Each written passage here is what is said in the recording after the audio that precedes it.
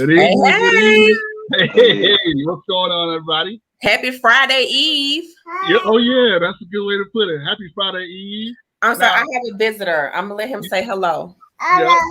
Say hey. Hello. On, Hello. Sorry, my ring light went off. Hello. Okay. Hello. How you doing? She's I'm on Gigi duty for like a hot second. Oh, yeah. Okay. Yeah, but now, he did. Now, guys, don't adjust your screens. Jimmy didn't get lighter. We got a special guest, a friend of the show. Yes. His name's Ty Day. He's not from Atlanta, but he is from Augusta, so we gonna accept that he's one of ours tonight. Right. All right. Still a Georgia boy. Georgia boy. There it is, right? Oh, man. Real quick, before we get started, let me ask y'all, man. It's getting a little colder up here in Chicago, man. You know, what's the weather down there? What's the weather right now in Atlanta? What's in the Somebody turned the heat off and didn't say nothing. Oh, no. They just went straight, turned off, didn't say nothing, and it was just like, that's what's up. So it's like officially getting to be that shit is cold outside weather. Yeah. Yeah, it's starting to change here. We're a little behind y'all, though. Oh, yeah.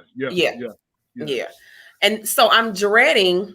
So I tried to do all of my northern sites in October. Yeah. Thank you. But I got to come to Chicago. Not that bad. Like the second week of November. Yeah. I got to be up there. And then I have to go to Oklahoma, which shouldn't be too bad. I don't know. I've never been to Oklahoma. I've never been. You ain't missing that. You ain't missing that. Not at all. I'm sorry if anybody from Oklahoma, but yeah. Oklahoma family, we love y'all. We love y'all. Right. Just there's nothing there. And I have to do Arkansas. Okay. Little Rock. Yeah. There's some interesting things going on in Oklahoma. Remind me to tell you about those things that's going on when we get off. Okay. Oh no, it's big. It's bigger than this. Oh, really? Oh, okay. Yeah. You may just want to take this one in before you talk about it. Okay, got you. Okay. All right. That's right. All right. Time. Hold the tea in. Yeah. It's a big cup. Okay. I'm ready. See, that's the thing, man. We was talking about this last episode, I think, with Miss Falls Diva, about what I miss back home. Like, I'm telling you, I miss sweet tea so bad, it's starting to bother me. Real tea. Right. Tea. The kind that's made by the auntie with the seasoning packs under her arm. Yes. But my wife doesn't like what I'm gonna say next, but I love it. When I go home, especially because you can't always get it in Atlanta, but you darn sure can get it when I'm going to Augusta, when I'm going to Gary, and when I'm going to Savannah. And that's my peanuts, my boiled peanuts. Man, I know. It might be a South thing. I'm not sure. My little brother got my back. Especially the Cajun flavor. Woo-wee. You know what? Don't tell nobody else that. Y'all, you don't like that. No, he said that. She don't like when I even say that. But can we strike that from the record, Your Honor? Well, how about this? I did also mention Waffle House. I missed that terribly. I mean, so Waffle House is Waffle House. Chopped and diced. I don't even remember what that means, but I know when I see it. Smothered, covered, fried, dyed, and laid to the side. Yes, ma'am. Yeah, Waffle House is a treasure down here. Yes, it is. Yes. It is. And it's hard to explain because, when I tell people what I'm missing and what I'm getting from Waffle House, they be like, it's just a waffle. It's just a just hash browns. Like, no. It's kind of like trying to explain Chicago pizza to somebody who's never had it. Very good analogy. You're right. Very good analogy. Now, see, here's the problem with that, bro. Like, I got in trouble. My wife hates this joke, but I said, "Hey, you know what, y'all Chicago people? You know what we call y'all's pizza, Chicago pizza down south?" She said, "What?" I said, "Casserole."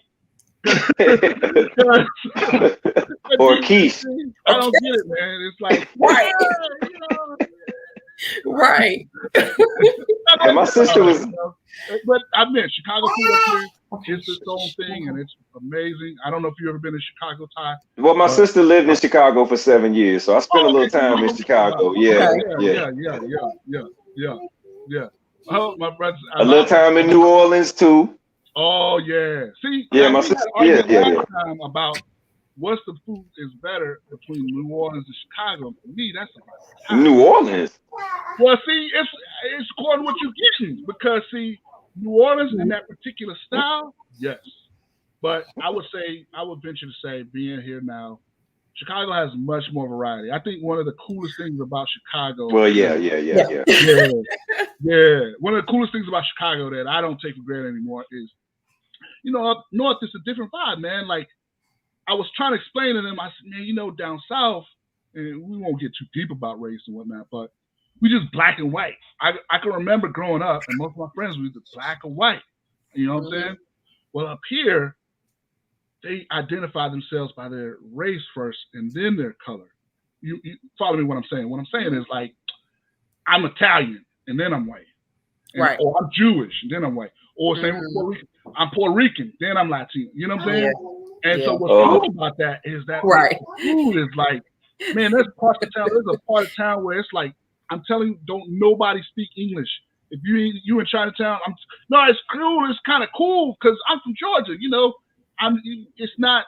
It's just different. It's like it's kind of segregated. I don't like that. But the coolest part about it is when it comes to food, I'm telling you, I can get the authentic Italian food, like the real. Yeah. You know what I'm saying? The real Puerto Rican food. But that's the same. That's the same with Atlanta. Like I feel like when you in the South, you get authentic, Southern like soul food.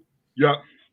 Right? No, yeah, like the shrimp and grits is just different. It hit different. It just hit different. You're gonna be all right. Yeah. You're all right. My boy George, he know what I'm talking about. He's used to live in food is the bomb up here, man. Yeah. So, we do have a lot to discuss, man, because like what you were just pointing out about race, how in that way Chicago is similar to New York. Right? Yeah. Very similar. But what's even more interesting is something that we're going to talk about, I promise you, because it's the actual concept of a race itself. Like for example, if you have any like friends and you ask them to start tracing their history, and they'll say that, my family comes from this part of Europe, or we're European. And then the question becomes, well, when did Europeans become white? Yeah. Well, that's a whole different show. The minds want to know.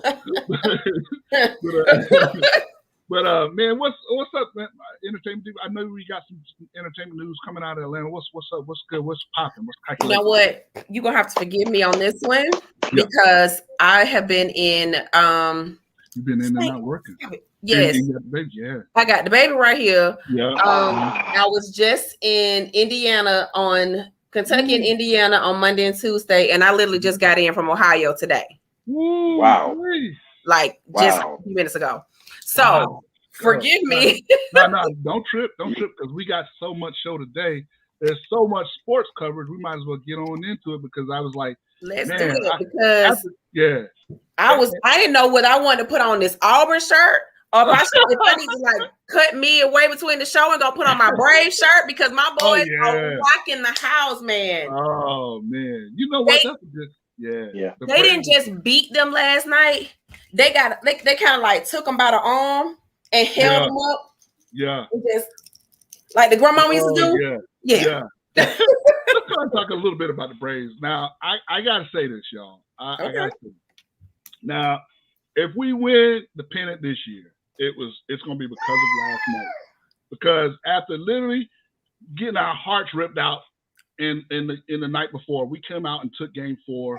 And the reason why that's a big deal, because Game 4 was the least likely game that we were going to win in this series because it's called a bullpen game, and we were facing Urias, which is like one of the top 20 pitchers in the entire league. Dodgers are our Achilles. It's just which to me, our professor pointed out. Yeah, he's our Achilles. They were whooping our butts all year. Yeah, but man, props to each and every Brave. There's a lot of grown behind men on this team. Yeah, and I actually want to give my first shout out to actually Luke Jackson, and that's the pitcher who cost us that game the night before. Because I will give him this. Okay. He must not be on Twitter. He must not have went because he seems totally relaxed. He's cool, and I get the impression that the Braves privately feel like, hey man, we got this thing. And good news tonight. We can end it tonight. It's looking like we're pretty heavily favored. We got Max Fried, which is our best pitcher versus their bullpen. Okay. We definitely want to take care of business tonight. Absolutely. If we do not, we come back home, which is still but it's Max Scherzer versus Anderson. Now that it would actually favor the Dodgers a little bit, but I think the home crowd would be really into it. And now if we get a game sevens is game sevens. We don't really want that. It'll be Scherzer. It'll be Bueller actually versus Morton, and we don't want that. But so do you think the politics are gonna play a part in trying to draw this thing out? And no. I actually think that at the end of the day, and I've learned this the hard way, money overrides politics, which we kind of already know. And I think that but hopefully Scherzer and Bueller stuff is not as good due to having actually a short rest and that they're overused. Bottom line, it would be good if we get it done tonight, because what we don't want is these guys to hang around, because they got a bullpen that's lights out. The odds are right now they're in our favor, but we got to respect the fact that this is probably the best team on paper, analytically speaking. Those numbers are crazy, but that's the cool thing about baseball, man. I tell people how many times the wild card has won the World Series. I mean, and I can remember a lot of times as a Braves fan, long times as Braves fans, we actually had the best team, and we were getting murked in the playoffs by Phillies or Cardinals, and they barely got it scraped in the playoffs. So, man, it's looking like, and you don't want to jinx it, but man, I tell you what, the Astros, if we played them in the finals, in the World Series, we definitely would have the country behind our backs. They would hate the Astros, and then the Red Sox, I don't see them getting there, but I think a lot of people are probably sick of the Red Sox. So, hey, man, the good news is, if we get a chance to get to the World Series, man, we might be able to take this whole thing, man. I like that. I like that a lot. Shout out Professor Janice says, let's go, fam. And Maximum Free. My boy George, you got to forgive him. God bless him. He's from LA. He's my LA brother. He ain't over yet. And he's right. It ain't over yet. He says it was 3-1 last year. And that's why, as a Braves fan, that's half the reason why I ain't been talking no trash. The other half is because my uncle them would say, hey, man, you don't talk about Jackie Robinson team. You don't do that. That's just old school. But, Very. Yeah. So any of y'all got any thoughts? Of y'all kind of like, y'all feeling good about our chances tonight or what? It's hard to be an Atlanta fan. Mm-hmm. It really is. It's an abusive relationship. Yep. That I don't think many of us are able to escape from. That's true. That's true. We try to take the good with the bad and just try to be positive. But yep. Every time he say he ain't gonna beat us no more, he beat us again. Listen, my wife to this day, I don't even bring up 2016, man. That didn't happen. I don't even know what you're talking about. What did you talk about? What? 28? What? I don't know. Yeah, we got the Miami fan over there. I see you there sleeping in the corner. We'll get to that. No, I'm a Miami. I'm a Miami fan. We know all about abuse. Yeah, man. Yeah, we know all about abusive relationships. We need to kind of dig in and kind of get to the root of why you're a Miami fan and you from Georgia. But we'll talk about it in a minute. We'll talk about it in a minute. We're gonna talk about it when we get to the Miami Falcons game. Yeah. But any thoughts? I was going to also bring up, since we're getting all the sports covered right now. I got this from Twitter. Let me share this with y'all, man. Okay. My Bulldogs. Okay. Georgia right now has 13 of the top 150 players in the most recent 247 Sports Player Rankings from 2022, and more commitments are coming. There's a good chance UGA will sign 10% of the top 150 players in the 2022 class. Let me tell y'all something, man. That man Kirby can croup. He can croup, man. He can get them kids, man. He getting them out of Miami. He getting them out of LA. Yeah, I'm just saying. He getting them out of LA. He getting them from Georgia. He don't care. He don't care. He is relentless. Okay. Okay. Yeah, and I tell you this, it's been great because we got, and that comes up because man, we got 2 home run hitters on the defensive line this week. What happened was in the beginning of the week, there was a 5-star wide receiver out of Missouri. We thought we had a really good shot at. He ended up choosing the home school. God bless him, respect him. I don't look at it as like a bad thing. I kind of been hearing that his dad was really kind of, that happens behind, kind of pressuring him to stay home. I can understand and respect that. Now, nevertheless, that doesn't mean that Kirby's going to stop recruiting, because I think what happens is with that transfer portal thing, that has changed the game. A kid commits to a school now, and he'll be back. And you're a Miami fan, you know that. I knew when I said, not to pick on James Williams. I know you're familiar with him. I said, man, listen to me. He might be back. I don't know if there'll be a place for him, but he might be back. James Williams is one of the top prospects from last year. Miami got him, and most of my Miami friends didn't even know they had a shot to get him. That's how it was like, wow, But what that was a product of probably COVID, a product of immense pressure to stay home, a product of a lot of Miami people really thinking that Coach Diaz would turn it around this year. They really had some, I'm trying to avoid it. I try to. You have any thoughts you want to share about the Hurricanes, man? What's going on in the state of Miami right now, my brother? Well, absolutely. Like, if you go through all of these elite college football programs, count the number of recruits from South Florida. Yeah, oh yeah. Right. The reason why the Hurricanes were the Hurricanes was because when Arnsparger got there, he and Jimmy Johnson and that crew, they drew a line of demarcation and said none of these kids from this side of Florida down are going to go anywhere except to the Hurricane. Yeah. Nick Saban, Kirby Smart, you name them, they all build their programs off South Florida. Well, and the worst nightmare for these guys is this. Yeah. Is if the AD in Miami, if they ever decide that they're going to treat the football program like a football program and invest in it, it's going to be the worst nightmare for the SEC. I strongly disagree. For a few really? Reasons. Oh yeah, I can get it. Really? Yeah, I can get it. Yeah, we're gonna have this discussion because South Florida recruits. First of all, South Florida recruits. Yeah, South Florida. I'm going to get to that part in a second, but I want to. I know. You can't avoid it. No, I can't avoid it. But when I get to my first point, you're like, oh, yeah. Because I kind of do this. This is what I do. First off, if you go Google and you just have a chance to check out per capita in terms of recruiting, there's only one state that is even on the level of Georgia, and that's actually the state of Louisiana. What I mean per capita, y'all are smart. Per capita, that means there's a highly... Right, so you're playing a numbers game. You know what I'm talking about. Look in that starting lineup and tell me what you see. Yeah. Oh, no. There's more Georgia kids there. Just look at who we got. At Georgia, what I said was all of these schools feed off South Florida. No. Not just Georgia, right? No. Hear me. No. Okay. Do you get kids from South Florida too? Yes. But you said that's a difference saying feed off South. Okay, maybe I'm misunderstanding you because what I'm right. Yeah, what I'm saying is Georgia has its own hotbed. We get the hottest kids from Georgia. We get the hottest kids from Texas. We get the hottest kids from California. That's all a product of Kirby. Now, the other part in terms of what's going on in South Florida in particular, what the problem is you guys dropped the ball in the early 2000s. And so now UCF. It was dropped before then.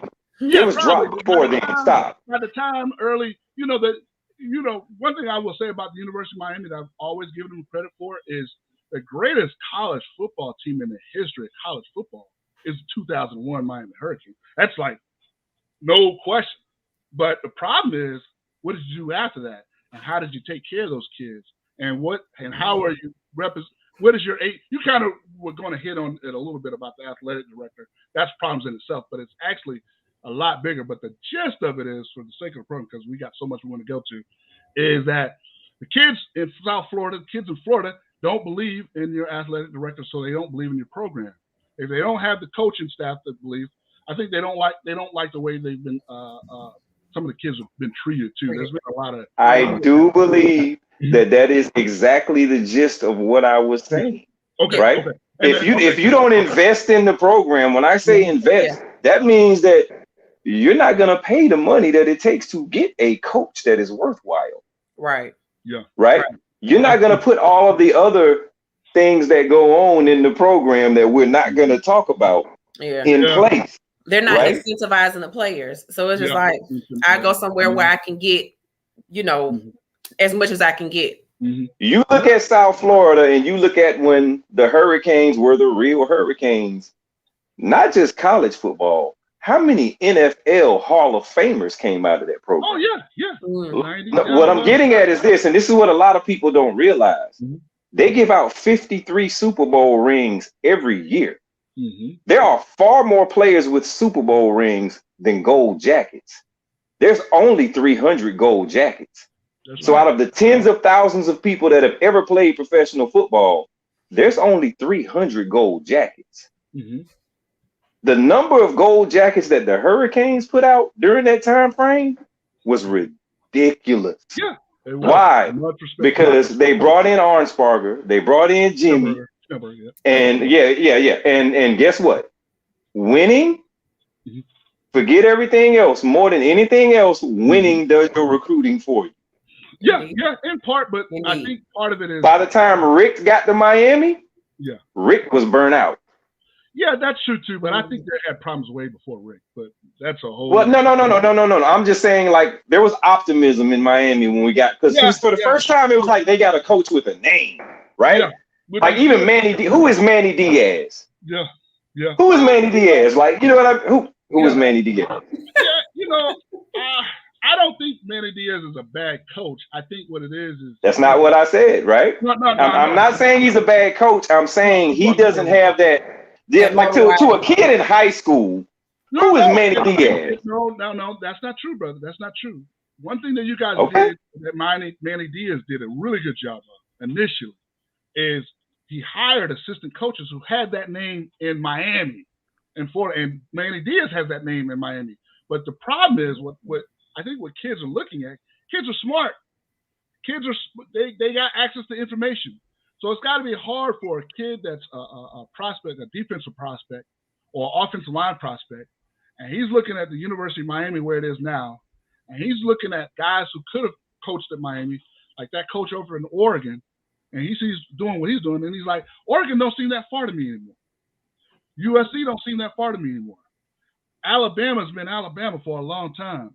So what happened is you can't rest on the laurels, man. Listen. If we could do a whole show about the greatness of what the program of Miami was, but you can't. No, we can do a whole show on how they're failing right now.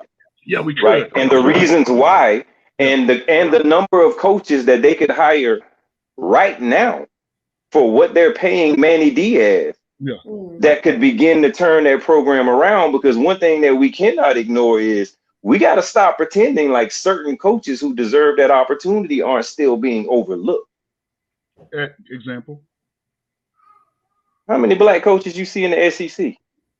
I already knew where that was going. How many you see in the ACC? Yeah. I already knew but what I'm getting at is this, right? Yeah. Right?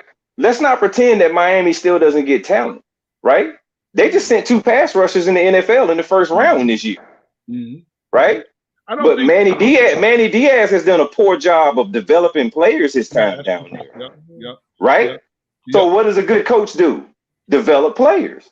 I think so. Why aren't certain coaches getting that opportunity to develop players? That's all I'm saying. And you could get those coaches for what you're paying Manny Diaz.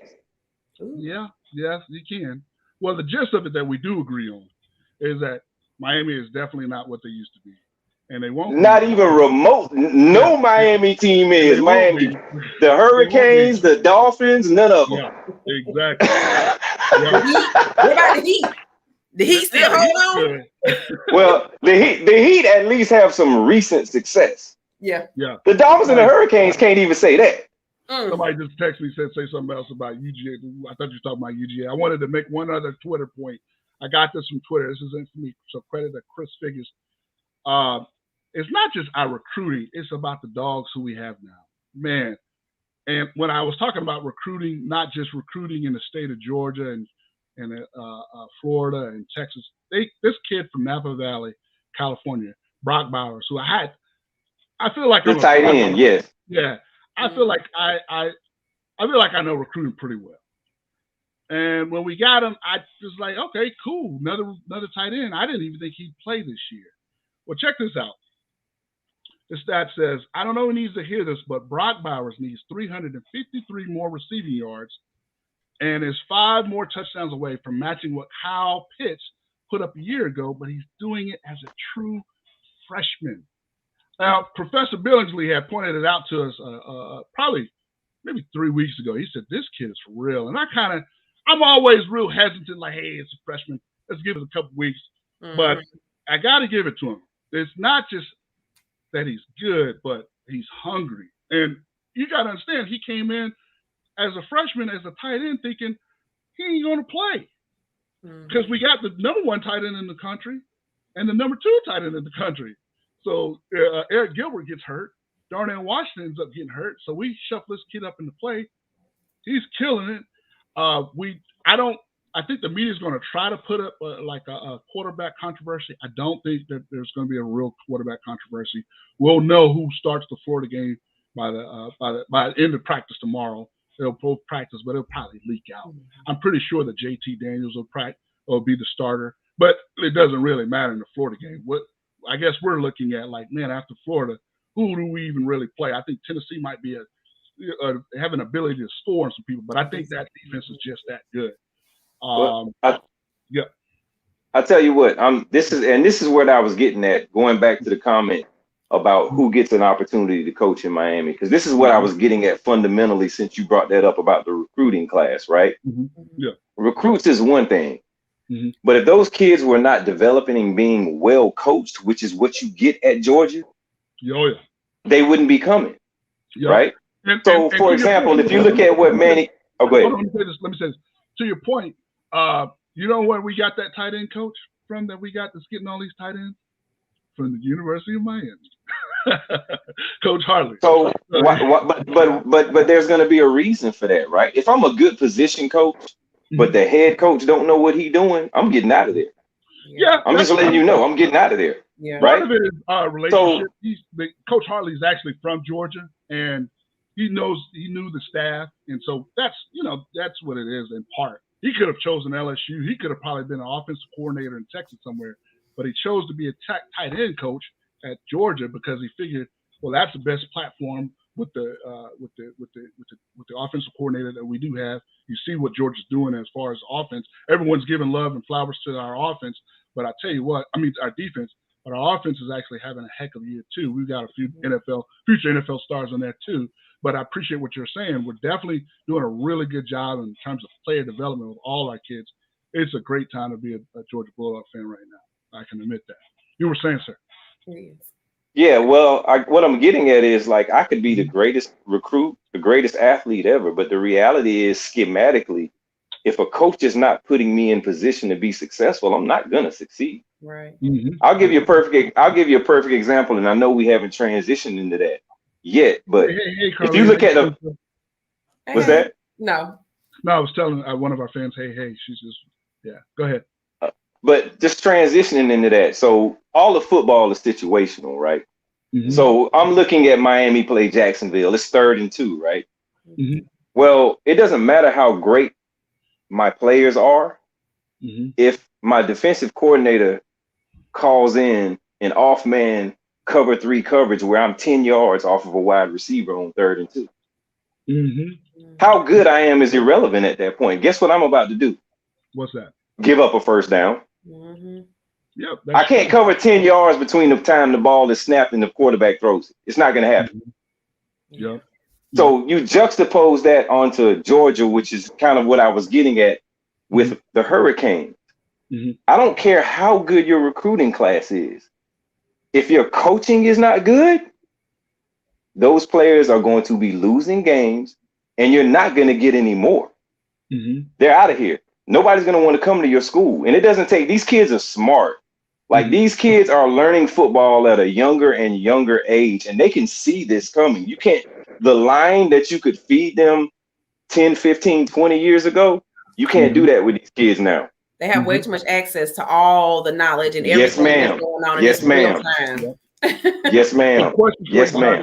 Ty, do you got because I know you like Miami Hurricanes, and we're going to talk a little bit about our Falcons versus the Miami Dolphins game.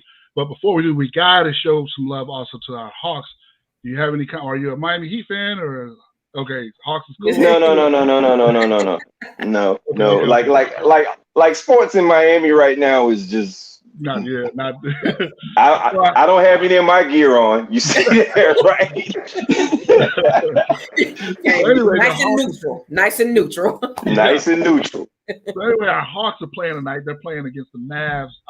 Man, I tell you what, it might be, and there's a lot going on in the NBA. We can shuttle to that a little bit because we'd be remiss not to at least mention the Ben Simmons issue. I don't know what's your thoughts on that, but I feel like between our draft, between the young talent we're developing, and I love our coaching staff.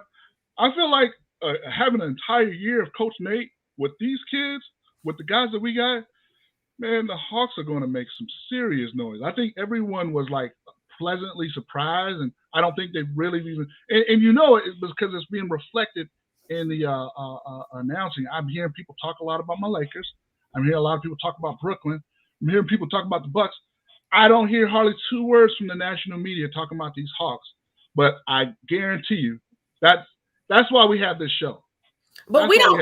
Atlanta teams don't really get no love for real. Like when it comes to these commentators, we get nothing. They gonna bring up all the old negative, fumbles and stumbles and all that kind of stuff. But when we on our game, it's like, oh yeah, they all right.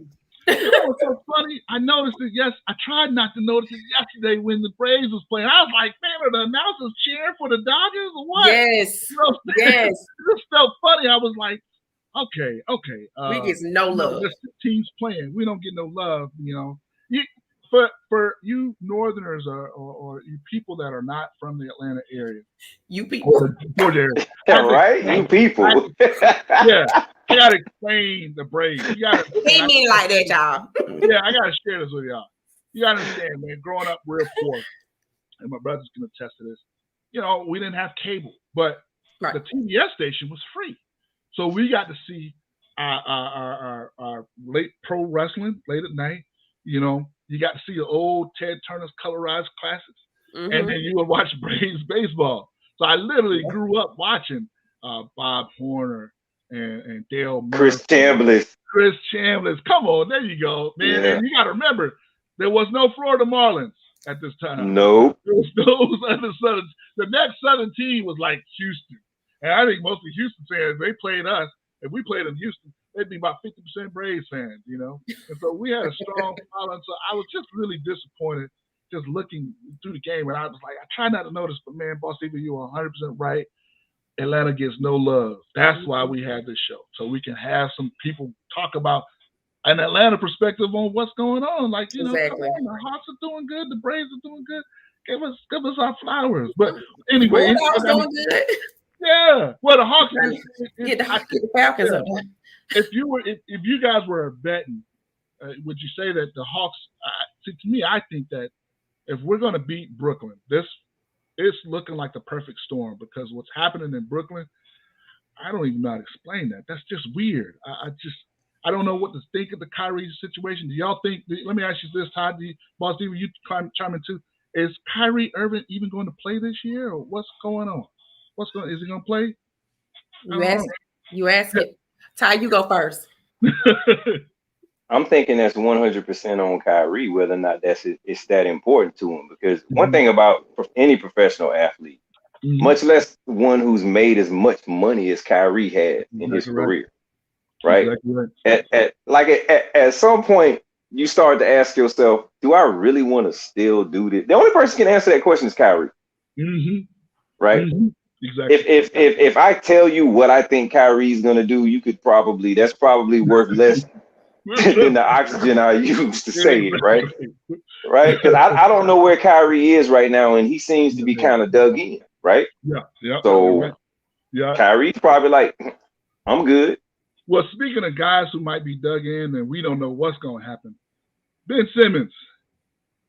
it's obvious he don't want to be there. And I tell you what, the Daryl Morey said today, he said something to the effect of, look, we can hold out. We can wait this out. That's basically what he said. You know, like, hey, man, you and Rich Paul, y'all gonna have to come up with something else. This ain't gonna work. What's up, Trevor? What's up, little bro? How you doing, man? Hey. Yeah. Yeah, man.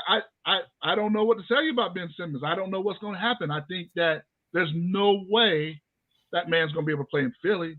Out of all places, Philly. Do you guys remember what happened? I got my hand raised. Go ahead, Miss Bossy. I apologize. Go ahead, young lady. I was just gonna ask because I haven't been following the news. What happened with Ben Simmons? I don't know what y'all talking about. Okay, good. Okay, so long story short, Ben Simmons. You saw what we did. We took care of business last year against the Philadelphia 76ers. Ben Simmons kind of got showed up a little bit. He didn't play too well, and we kind of made him look kind of, suspect. But he's a really good young player.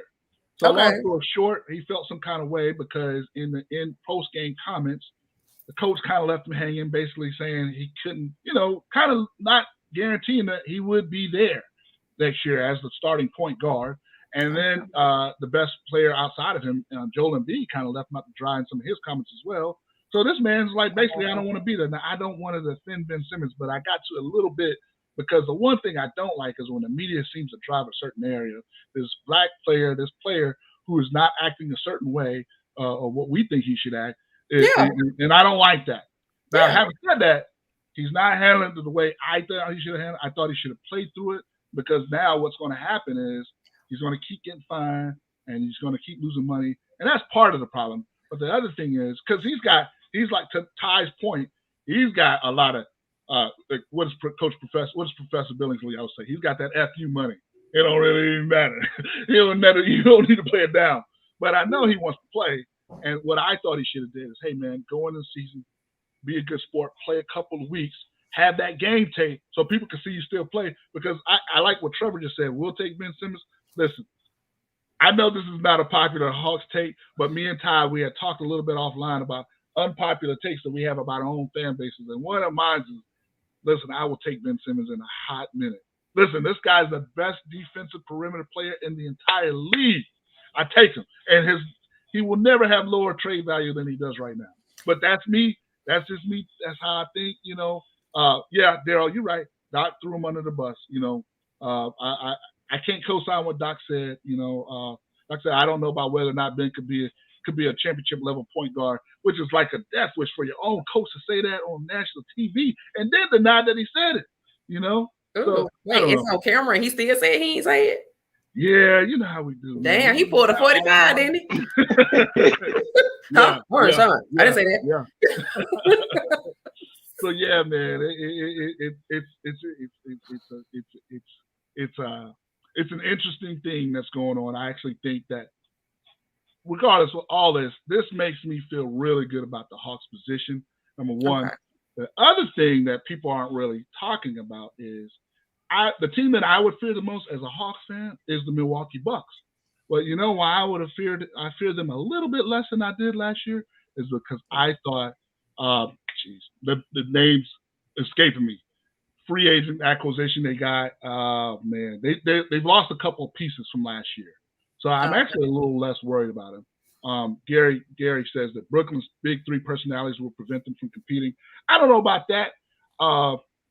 And yeah, I know what you're saying. Ben Simmons is also has that problem. Yeah, I'm not sure about that, but I don't know if Kyrie's even going to play. So I actually think if he doesn't, for basketball reasons, that actually might be good because basketball is one of those sports where chemistry is everything, man. I always tell people, man, the one thing that I used to have with the James Harden assists and Russell Westbrook assists is that it wasn't always in the flow with the offense.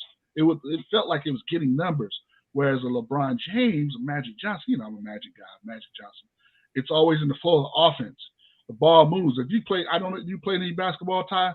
When I play and I'm 6'3", I need the ball. I just need to touch it sometime. Let me touch the rock. Don't have me sitting up there setting picks for you all day, and then towards the end of the game, you give me one little float or one opportunity. I need to touch the ball in the flow of the rhythm of the offense. It's one of those things that's hard to explain, but you just guys are gonna have to trust me in that. And I just actually, I'll say this. I feel like what the Hawks got right now between, feed the big man. You're right. Feed the big man, man. And I feel like right now what the Hawks got to deal with in the East, at least, is much less a problem. I feel like if we're playing Brooklyn, well, they can't stop us. They darn sure can't stop us. You know, it's funny. We got time to show. I actually really respect the Miami Heat. I actually thought the Miami Heat had one of the best offensive off seasons. What is, but you don't follow the Miami Heat. You don't really follow. Okay. Well, let's go ahead and get to let's go ahead and get to the big one.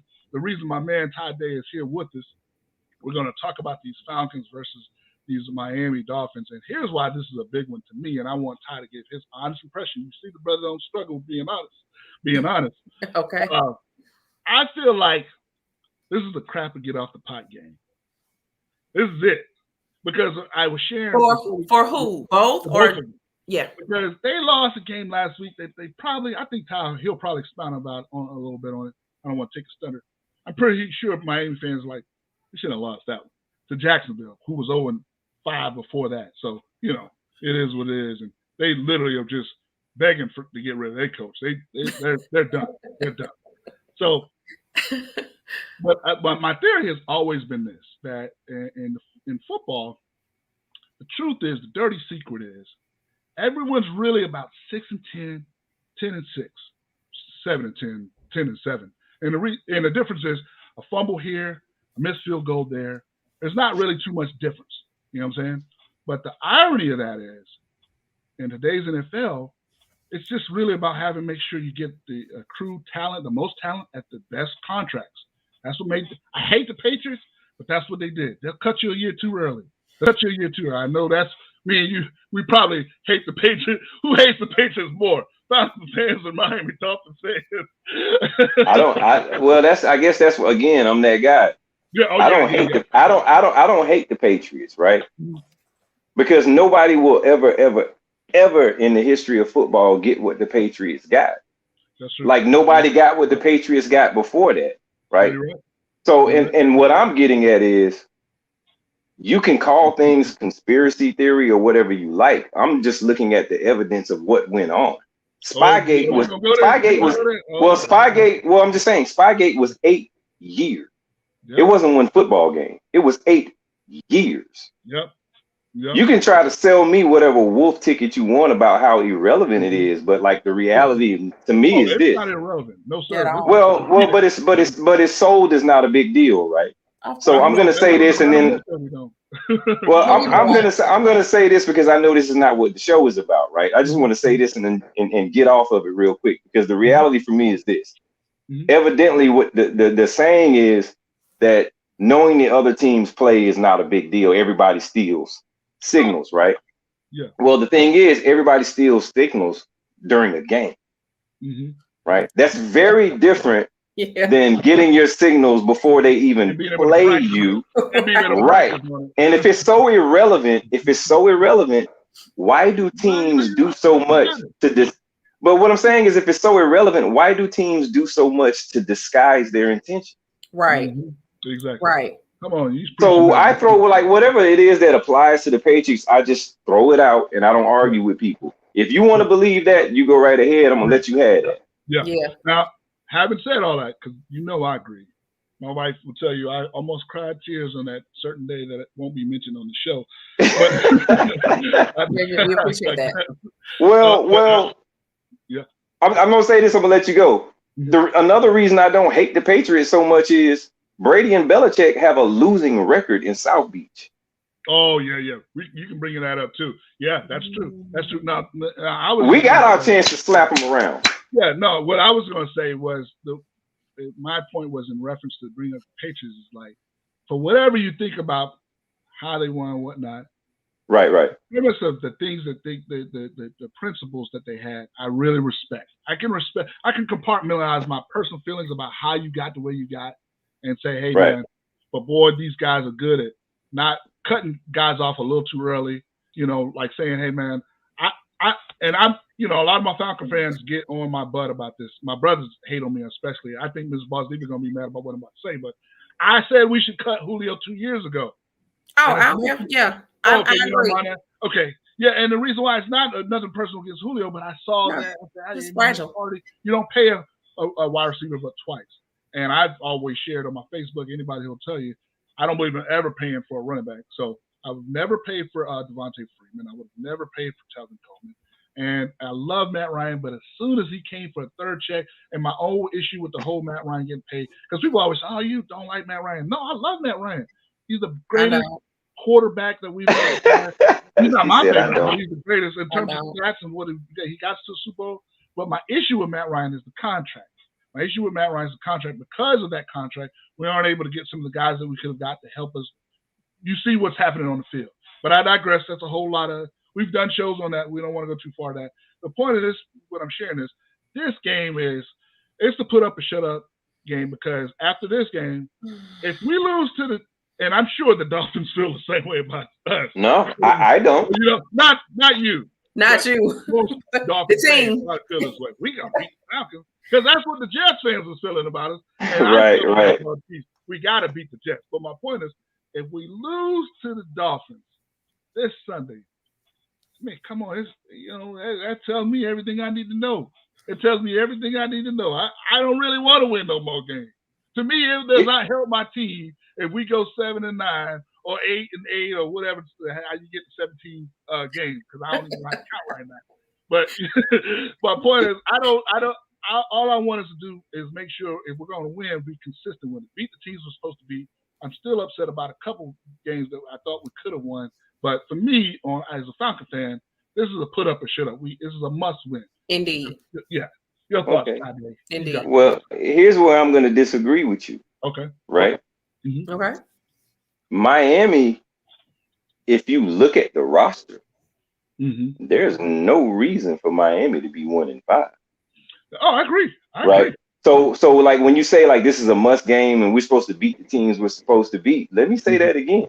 If you look at Miami's roster, there's no reason this team is what's 1-5. What's the issue? Is that I'm about to tell you what I personally believe the issue is, right?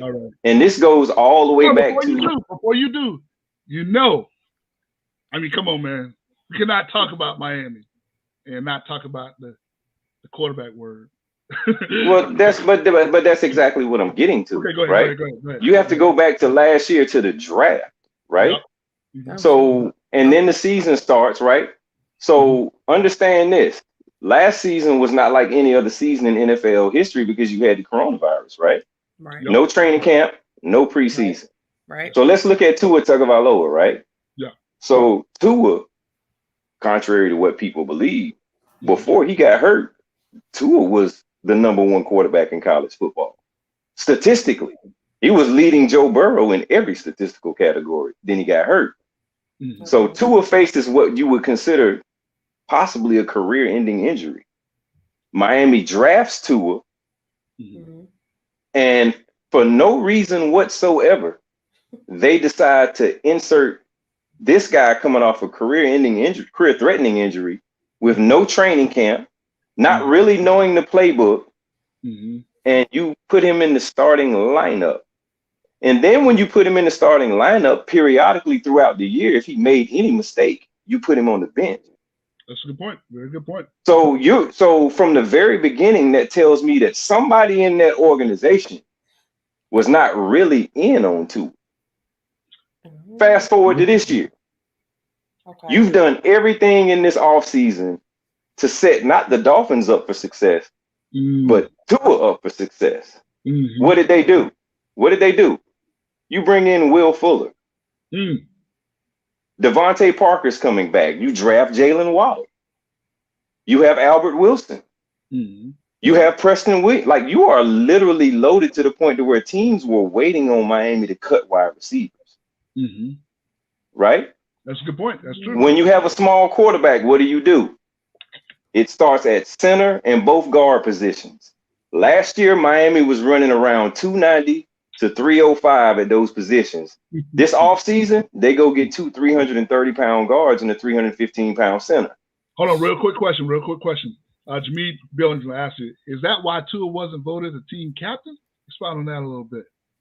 Well, what I'm getting at is like the reason he wasn't voted a team captain, that's something that's going on inside the locker room. That's internal. Right? So I can't me telling you anything that I feel about that I can't, right? Yeah. I'm just talking about the schematics of what the Dolphins are doing and how they ended up right here, right now, right? Yeah. So you go through this offseason and you build this massive offensive line, right? But the season starts, and with an offensive line that big, they're on their heels on every play. There's only 5 teams in the NFL that actually attempt to pass more than Miami, and they all have elite quarterbacks, right? So what you're telling me is you bring in a massive run blocking, power blocking offensive line. That's what you build, and then you don't call running plays. So, and you take a right tackle and a gentleman named Jesse Davis. I can take you to all 22 film right now and tell you there ain't another team in football that will let him block their quarterback's blind side for 5 games. Real quick, Jameed asks another question. He says those running backs in Miami are just another guys, and they need some dogs with a small quarterback. No, they're not even calling running. They're not even calling running plays. Myles Gaskin is averaging 5 yards a carry. They're not even attempting to. That's what I'm saying. They're not even attempting to run the football, which is my point. You have a line that you built an offensive line that was literally built for a power running game. You drafted a fullback last year, kept him on the roster, and didn't use him in a single game. You signed a fullback this offseason. Guess who hasn't played? What I'm getting at is clearly inside this organization, I don't know if it's Flores, I don't know if it's Greer, but clearly Tua's been set up to not look so good. Now, why am I saying this? You bring in Deshaun Watson center. You bring in Will Fuller. Your co-offensive coordinator was Deshaun Watson's quarterback coach. We getting some inside. Does that smell like smoke? Yes, it does. Yes, it does. So now all of a sudden this week you're hearing, oh, the talks have picked up. Yeah. Guess what was going on during the Colts game 2 weeks ago in Miami? Guess who was sitting next to the owner on Don Shula weekend? Roger Goodell. Oh, wow. Do you think Steve Ross didn't ask Roger Goodell if he was going to suspend Deshaun? I'm sure. That came up in conversation. Oh, yeah. So here's where I am, right? Here's where I am. I said all that to say this. Because I was asked by a lot of my friends who can verify this. When Deshaun first requested a trade and the rumor was he wanted to come to Miami, would you take Deshaun? Oh, absolutely. Yeah. Okay. Absolutely would. So that means you're out on Tua. No, it doesn't. Tua is making backup quarterback money. Yeah. I have 2 issues with Tua, and they're both based on tape. Okay, go ahead. Right? Yep. Tua does not have NFL body. Yeah. You can look at Tua and tell he did not spend a lot of time in the weight room at Alabama. And he's constantly injured. Well, he doesn't look like Russell Wilson. He doesn't look like Kyler Murray. Russell and Kyler are rocked up. Right? Tua don't look like that. You bring in Deshaun, you got an opportunity to let Tua develop his body for 2 years. Right? The other problem I had with Tua was this, because he comes out of that system with Alabama. You never know. When I had my podcast, you can go back and check and verify. I didn't want Tua. Right? My issue with Tua was he came out of Alabama and his arm, he really didn't have that strong of an arm. And now he has cracked ribs. So now you're playing football in a box. Yeah. So if you look at that game against Jacksonville, what's very clear is this. Tua has all the traits to be an elite quarterback inside of a 25-yard box. Because his ball placement, his accuracy is ridiculous. Yeah, he's smart. But the defense only has to defend this box right here. They know there's no ball going over their head. So you can only do so much as an offense. Yeah. You bring in Deshaun, now that box just got stretched out. Oh, yeah. So now you got a lot more field you have to defend. Yeah. Right? Yeah. What people keep saying top 5, I'm like, man, I don't know who y'all forgot that joker was. I'm going to say top 3, maybe top 2 in the entire league. Deshaun Watson's the truth. I would go so far as, in my personal opinion, and it's not just because there's a potential he can come to Miami. I would have gone so far as to say Deshaun Watson was the best quarterback in football last year. He led the league in passing. Tell me who he was playing with. And look who he's playing with. Yeah. He had a very good year. Who was he playing with? Yeah. Like, y'all are all hype on Justin Herbert. Justin Herbert's throwing to Mike Williams and Keenan Allen. Stop pretending. You can compartmentalize. We only got a couple minutes, so we want to make sure we're getting in our points about the game. But yeah, I like Justin. You can like them both. I like Justin Herbert. I'm getting at this, right? If I'm Atlanta, if I'm an edge player in Atlanta, if I'm a pass rusher in Atlanta, I'm looking forward to the right side of Miami's offensive line. So Grady Jarrett. I'm looking. They gonna eat over there. Grady Jarrett if I'm Grady Jarrett, I'm lining up in front of Austin Jackson, who's playing left guard on every play. Every play. Yeah. So let me ask you this for the sake of time. If you had a prediction for the score for the Falcons Miami game, and you can chime in too, Ms. Diva. You got a prediction for us this weekend? No, I'm gonna tell you why I don't, right? Okay. Because from a bring Deshaun in standpoint, you have to sell this to the fan base because they done sold a whole lot of Tua jerseys. Yeah. And the way you sell this to the fan base is you got to lose another game, right? Yeah, that's a very good point. But here's the other piece of that. You look at Miami at 1-5 and you think the season's over, right? Mathematically, Buffalo just lost. Buffalo's 4-2. Miami's 3 games out of first place. They beat Atlanta because Buffalo's on a bye week. They're 2 games out of first place. Next week they play Buffalo. They beat Buffalo. They're 1 game out of first place. Well, so if you bring Deshaun in during this time period, your season ain't over. Yeah. Well, you had me until you said beat Atlanta. That's not going to happen. Well, it may not. I mean, they just lost to Jacksonville, right? Yeah. Right? Yeah. So it wouldn't surprise me if they lost to Jacksonville. That's why I said I'm not that guy that's, we're gonna win. Not after what I just saw on tape. No. I actually think I agree. Great analysis, Ty, man. Thank you so much for coming on. You gotta come on again, man. This is what we want to have it. We just want to have intelligent conversation, having different perspectives. We're gonna have try to have more and more guests. And if you feel like you have some points you can make about other teams, we want to hear about it. We want to hear about Auburn. We want to hear about Miami Dolphins. We want to hear about Clemson. Good night. I don't want to hear about Clemson. We want to hear about Alabama. Never don't want to hear about them. Sorry. No, and that's helping y'all too because Alabama's won so much. We're at this point now to where it's like the kids even looking at them like they're the bad guy now. Exactly. Well, that's because thank you so much again, Boss Diva. God, man, my sister, Queen, lovely as usual. Ty Day, you got anything you want to plug for us real quick before we go?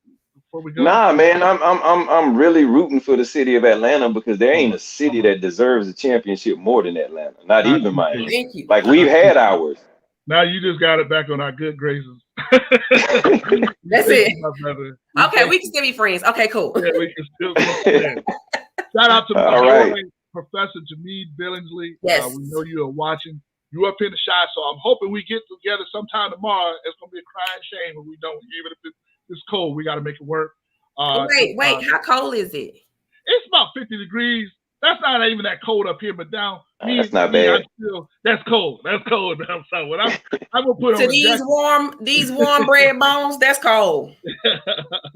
Ty Day, thank you again so much for coming, my brother. You have to have thank again. you. Please come again. Anytime. My brother Ty Day, my brother Jameed, Professor Billingsley, and the beautiful Queen, Boss Diva. We thank y'all so much, and peace up. A-Town down. Peace.